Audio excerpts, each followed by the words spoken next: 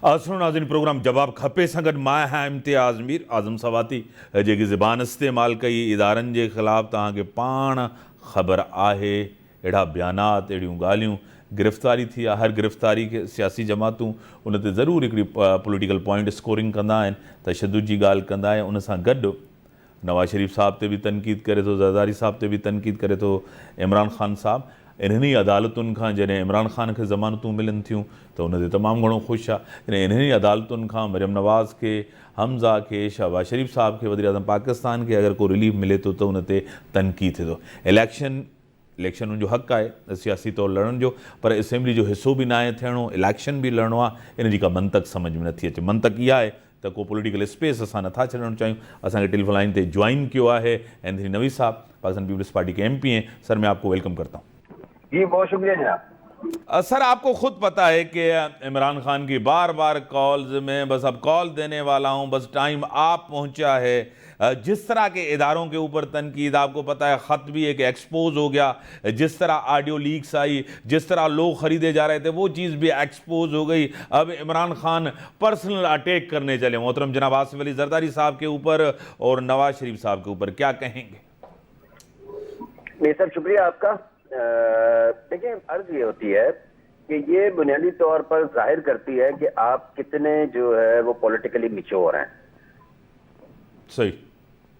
और इनकी मेजोरिटी का आलम ये है कि जब उनके पास सियासी तौर पर मुकाबला करने के लिए कुछ नहीं है, तो अब वो जब किसी के पास कुछ नहीं होता ना, ये आम जिंदगी में भी अगर आप देखें, जब आपके पास कोई आर्गुमेंट खत्म हो जाते हैं किसी भी बात पर, तो आप फिर सियासी जो है वो सारे चीजें छोड़कर सियासियात पर आ जाते हैं। ये तो एक बड़ा एक वो नफ्सियाती एक इंसानी नफ्सियात है। और यही हाल आप इमरान खान की उसमें भी देख रहे हैं कि जब उनके पास पॉलिटिकली कोई आर्गुमेंट नहीं है तो वो अब जातियात पे उतर आए हैं। आप देना, आप बताएं आपके आप इतने सच्चे, इतने पाक साफ, ईमानदार और सब कुछ जो था आपका, जिस चीज का आप क्लेम करते थे, वो अब आप बताएं ना दुनिया को, अपने आर्गुमेंट से बताएं। आपने जाती हमले शुरू कर दिए तमाम जो सियासी कायदीन है उन पर। इस तरह तो नहीं होते ना। सही। सर, आपको खुद पता है कि एक मुल्क के अंदर ठीक है कुछ बेहतरी भी जहाँ जहाँ गवर्नमेंट ने की है मैशियत के अंदर, या काफ़ी चीज़ें कहीं बेहतर भी हुए हैं। ये भी हकीकत है कि मोहतरम जनाब आसिफ अली जरदारी साहब ने पहले ही कह दिया था कि ये अपने वज़न से गिर जाएंगे, हम इनको नहीं गिराएंगे। ये भी एक हकीकत है। आइनी तरीके से गवर्नमेंट गई है, अभी 4 महीने हुए हैं। खान साहब कह रहे हैं कि ये पूरे मुल्क की आज जो मैशियत है, हालत है, इदारे नहीं है, ये 30 साल से आप ही हुक्मरान थे, इस वजह से हैं। अरे मेरी सब बात ये है सही कि देखिए, ये जब जा रहे थे गवर्नमेंट छोड़कर, तो जो इन्होंने उस वक्त बातें कही थी कि मैं जो है वो नई आने वाली हुकूमत की राह में जो है ये बारूदी सुरंगें बिछा के जा रहा हूँ, मैं इनके लिए ये सारा जो है तमाशा खेज मवाद छोड़ के जा रहा हूँ, तो ये तो जो इनकी माशी पॉलिसीज थी पिछले 4 सालों में, और जितना कर्ज इन्होंने पिछले 4 सालों में लिया था, जिस तरीके से माशी तौर पर दिवालिया कर दिया गया था मुल्क को, इसको तो जाहिर है संभालने में 1 हफ्ता, 1 महीना या 1 साल तो नहीं चाहिए।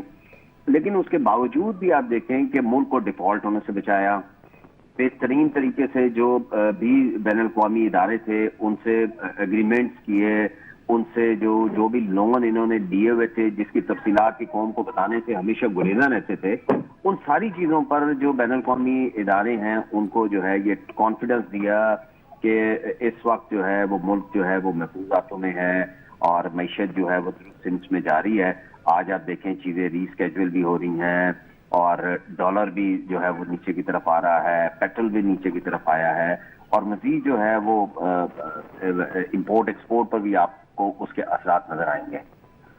तो जो जहां तक इदारों की बात है, शायद हो सकता है ये उनका ओपिनियन है जो ये समझते हैं कि इदारे तबाह हो गए हैं, लेकिन इदारों को इतना पॉलिटिसाइज भी कभी किसी भी पॉलिटिकल पार्टी ने, पॉलिटिकल लीडरशिप ने नहीं किया था। फिर मैं तो आपके प्रोग्राम में आज से मतलब बहुत टाइम पहले भी हम ये बात करते थे कि करप्शन जिसका ये रोना रोते हैं, ایک کرپشن ہے جس کو آج بہت سارے لوگ اس بات کو کرنے لگے ہیں جس کو ہم جو ہے انگلش میں کہتے ہیں مورل کرپشن. یس. مورل کرپشن کو انٹروڈیوس انہوں نے اس ملک میں کروایا. مورل کرپشن کو اس ملک کی یوتھ میں انہوں نے اس لوگوں تک پہنچایا. یہاں کے جو سیاسی ورکر ہیں ان کو مورلی کس طریقے سے انہوں نے کرپٹ کیا, کس طریقے سے انہوں نے مورلی ساری چیزوں میں جو ڈیمورلائز کیا گیا, جو مورل ویلیوز ہماری سوسائٹی کی تھی ان کو تباہ کس طریقے سے کیا گیا. آج آپ دیکھ لیجئے کوئی بھی شخص اگر کوئی پولیٹیکل ڈفرینسز رکھتا ہے تو اس کا ریئیکشن کس طریقے سے آتا ہے. یہ ہماری کبھی اقدار نہیں رہی تھی, یہ ہماری کبھی بھی شناخت نہیں رہی تھی. ہم احترام کے ساتھ, ہم برداشت کے ساتھ بہت ساری چیزوں کو قبول کرتے تھے, اور اگر اس میں کئی ڈفرینسز ہوتے تھے تو اس کے رد عمل کا طریقہ کار فرق ہوتا تھا. اس قوم کو مورلی کرپٹ کرنے میں جو کردار عمران خان اور اس کی سیاسی جماعت نے کیا ہے, آج لوگ اس پہ بات کرنا شروع ہوئے ہیں, اور اس کے اثرات جس طریقے سے آئے ہیں اور جو اثرات جس طریقے سے آپ دیکھیں گے آئندہ آنے والے چند سالوں میں, تو پھر آپ کو احساس ہوگا کہ اس ملک کی جڑوں کو اخلاقی طور پر کھوکھلا کرنے والی پی ٹی آئی نے کیا کیا اس ملک کے نوجوانوں کے ساتھ, اس ملک کے سیاسی کارکنان کے ساتھ, اس ملک کے جو ہے وہ سیاسی کلچر کے ساتھ. اب ایک آپ کو پتہ ایک عجیب تماشا بھی ہے. ایک تو اس اسمبلیوں کو نہیں مانا جاتا, اس اسمبلیوں میں نہیں بھی آتا, پھر بھی وہ الیکشن لڑنے جا رہے ہیں. یہ بھی میں نے پاکستان کی سیاسی تاریخ میں نے بہت ہی کم دیکھا ہے کہ ایک تو اسمبلی میں نہیں جانا, اسمبلیوں کو ماننا نہیں, اور یہ جو ہے نا سازش کے تحت آئیں, یہ سازشی گورنمنٹ ہے, پھر الیکشن بھی لڑنا.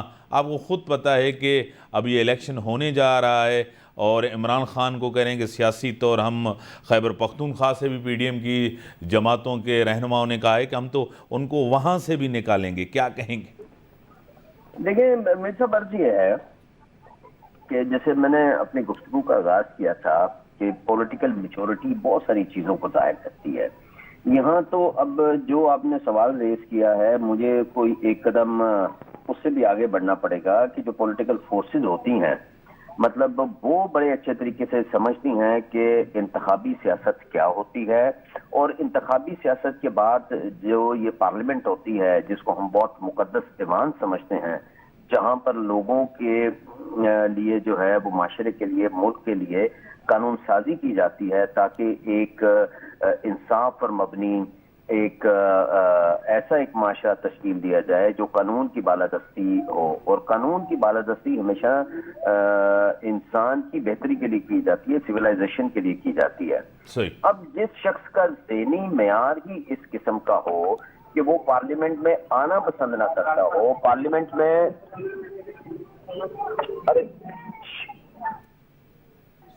میں آنا پسند نہ کرتا ہو, اور جو پارلیمنٹ کی حیثیت کو نہ سمجھتا ہو, جب وہ ایوان میں آیا بھی تھا تو اس نے, آپ مجھے بتائیے کہ کتنی قانون سازی کی. جو پاکستان کا سب سے سپریم جو فورم تھا جس کو نیشنل اسمبلی کہتے ہیں, کتنی قانون سازی کی.